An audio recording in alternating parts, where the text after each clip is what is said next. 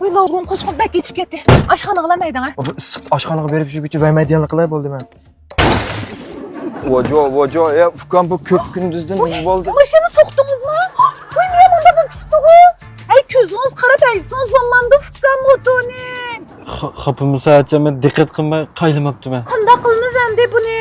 Diqqatingizni yig'ib bir aytsangiz bo'lmamdi motoni. Boshang o'siq qilaydi. Ha, bo'ldi, xapama. Siz chiqib mashinada o'tirib turing, ha. Men uzaman qilaman. Jima. Aka paqa xafa musa men diqqat qilmabdiman. O'ligini ham o'tiring.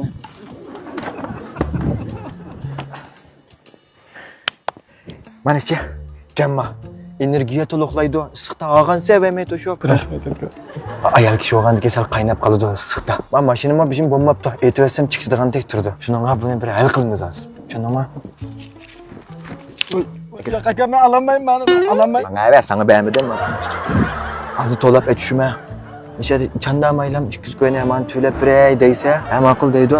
Sen o'zingning yo'lingmansan, men o'zimning yo'lingmanman deyishni bo'lmaydi. Qanday ola aka? Umimda bo'ladi. Endi qilamdi qamsa? Xotin, beklama. Acha xafa musa men xato ko'rib, soqqa chiqqandan rasam ko'mabdiman. Men 200 ko'yn beray to'lab beray. Mening ballarim batib baqidigan men ketaveray acha xafa. Xatolikni to'ndi. Oy lağım sinimda reyimsiz. Unda qısa qında bunda kechirim so'rganki bo'ldi emasmi? Oy Fukan bu pul biz alsak hargiz bo'lmaydi. Ha? Ay bu Fukan atdigani kechkishlab o'rin topudi bu pulni.